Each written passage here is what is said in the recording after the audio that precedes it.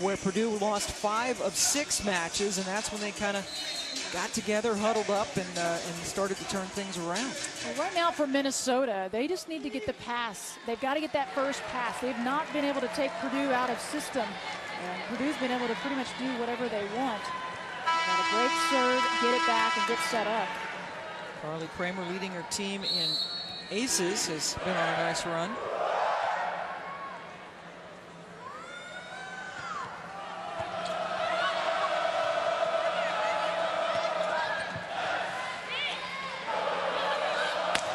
Turner again. That time it was blocked effectively by Minnesota. So another tough pass for Alexander Palmer to try to handle the setter for Minnesota, but that time the block helped them out. They're able to side out and get an opportunity. Catherine Harms back to serve with Minnesota down 4 in the first set.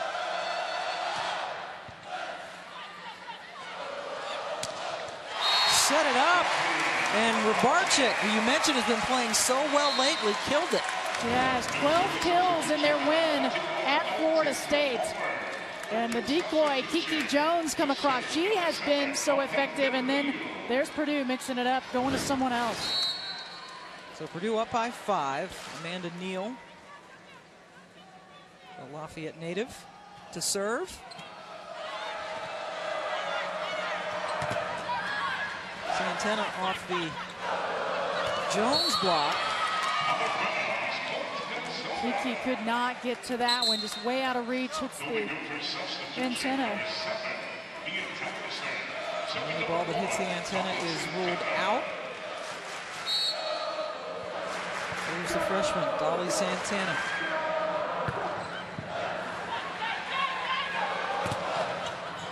Dixon with the block.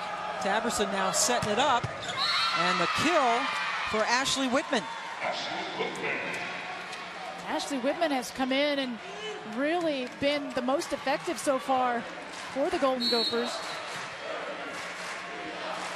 Had 17 kills last weekend against Creighton. She's the junior captain. One of only 3 returning starters for the Gophers this year.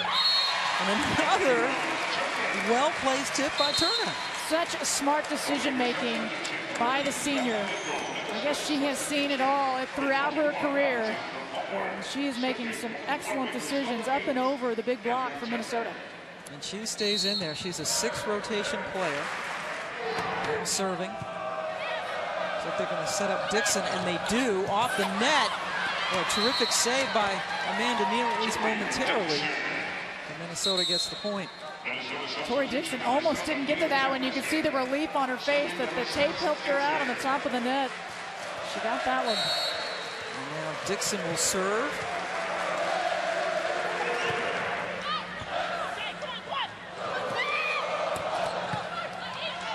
Santana.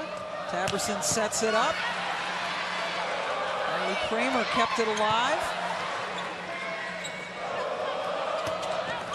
And that one's out. Val Nickel tried to hit the corner, but missed. Minnesota now only down 2. Minnesota looks like they're relaxing a little bit more. They're getting their block into position, starting to get into their rhythm a little bit. So Purdue calls a timeout. They have 1 remaining. Minnesota's already burned both of its timeouts here in the first set. NCAA Women's Volleyball Championship coverage begins Thursday, December 13th at 7 Eastern Time on ESPN2. With the semifinals, championship coverage continues with the national championship match on Saturday the 15th, starting at 7 p.m. Eastern Time on ESPN2 in Louisville. For more information, visit NCAA.com, your home for all 89 NCAA championships. And we will be with you tomorrow at 4 Eastern Time on ESPNU for one of those slots in the national semifinals. Penn State, the #1 overall seed, will be playing one of these 2 teams. It will be interesting, and it's never easy to play teams multiple times through the season. Penn State has already seen, obviously, both of these programs in the Big Ten. Russ Rose told us earlier, he said it's not easy. We know they're good. That's why they're here. But his team, a little bit of a slow start earlier against Kentucky, but put it all together. So many options to go to. They have been to every NCAA tournament. They and Stanford, the only two schools who can boast about that. They have 5 national championships, including an unprecedented 4 in a row, but they were knocked out in the Sweet 16 last year. And it's a team that had some ups and downs, worked it out in the offseason, and it's paying off this year. Just 2 losses. Their only loss in Big Ten play was to Nebraska, and a loss earlier to Oregon State. They were picked second behind Nebraska in the Big Ten in the preseason, but ended up winning the championship, as you mentioned, with just 1 loss. Nebraska and Minnesota with 5 losses in conference, tied for second. And that's just a miss hit by Turner into the net. Minnesota down 1. Good timeout for the Golden Gophers, and the momentum has shifted a bit. They're starting to get the block in place. They've had a triple block at times.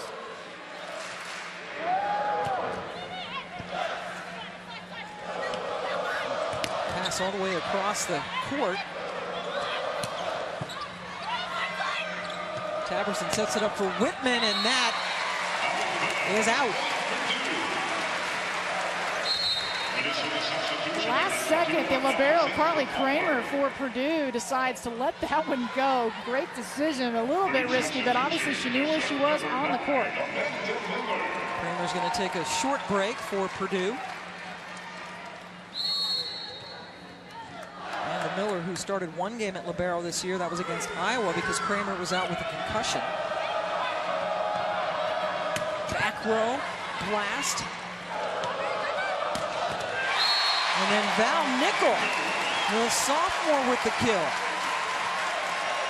It's a beautiful up from Amanda Neal to get things started and keep it alive. And then the finish by Val Nickel, the backup setter, who also came in, though, as a hitter and played mostly hitter throughout her high school career. And that's an ace. The Gophers in the back row were sure it was going to sail wide, but Miller got it in. Senior defensive specialist. It just kept floating, it kept curving.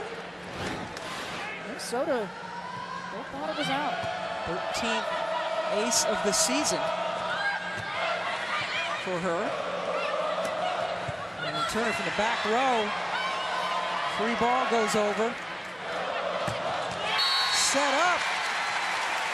And Minnesota gets the point. Purdue stunned.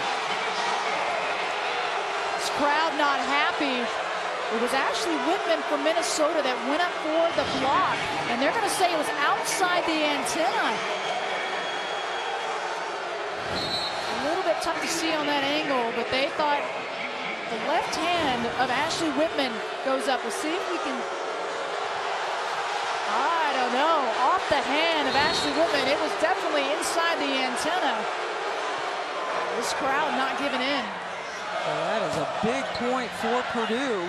They would have been up 22-17. And Minnesota gets another one.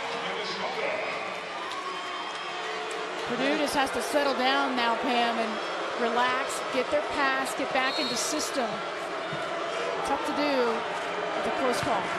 Alexander Palmer with the serve as the fans continue to voice their disapproval. That one does go wide, so that's a clean Purdue point. Now 3 points away from the set.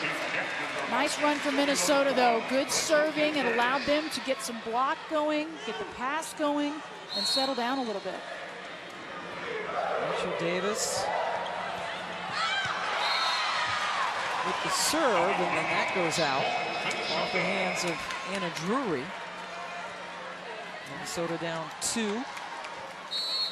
That's a miss hit from Minnesota that Purdue did not take advantage of. Well, that's a great block from Minnesota. They haven't had a lot of blocks today. Knudsen got in there. Knudsen, a transfer from Santa Clara, graduated with a marketing degree from Santa Clara, and now is in a master's program in sports management in Minneapolis. Her one and only season for the Gophers, number 3 in white. Minnesota's block has come together. Perfect timing.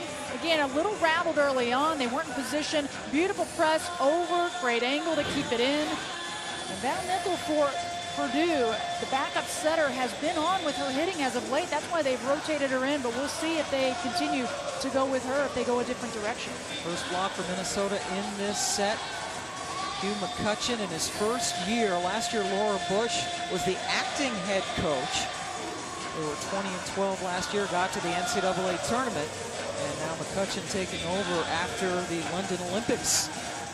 This is number 8, Minnesota, taking on Purdue in a regional semifinal. Pam Ward along with Krista Blunt. The winner will play number 1 overall seed Penn State tomorrow afternoon, 4 Eastern time on ESPNU, for a chance to go to the national semifinals, which is volleyball's equivalence of the Final Four.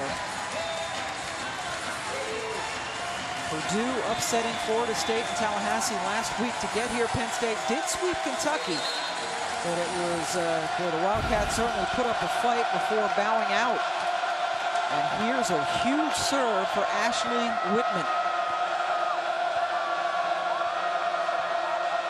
Whitman, who took so many swings last year, led the team in kills, has really worked more in the back row this season, taken less swings, and all of her errors have been down also, so much better production from her. And that's in. That was a boom from Anna Drury. I think that counts. In the middle, came in as an outside hitter and had an ACL injury a couple of seasons ago, had kind of slow recovery. They moved her back to the middle spot, and she's done very well. Coach Shondell says that Drury hits the ball harder, or as hard, than anyone he's coached. Purdue 2 points away from the set. And a great block by Ariel Turner, setting up set point. Set a little bit too far off the net for Catherine Harms on that one. That block was just waiting. Hillary Fox with the serve. Harms into the block, and it just skips out to keep Minnesota alive. Some hang time from Catherine Harms.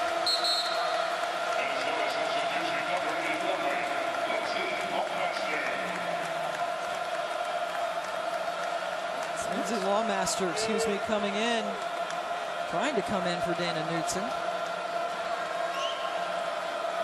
Checking the substitutions, and they say yes. At 15 per set. Lawmaster, the freshman backup libero from California. 22 aces on the season. Tough to come in off the bench when you haven't played and serve it up.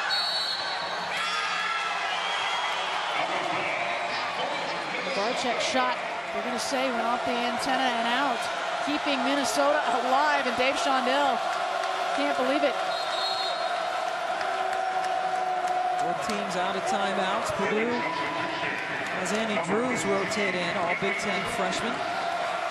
Tallest player on the team, the lefty is 6'4", number 18 in black.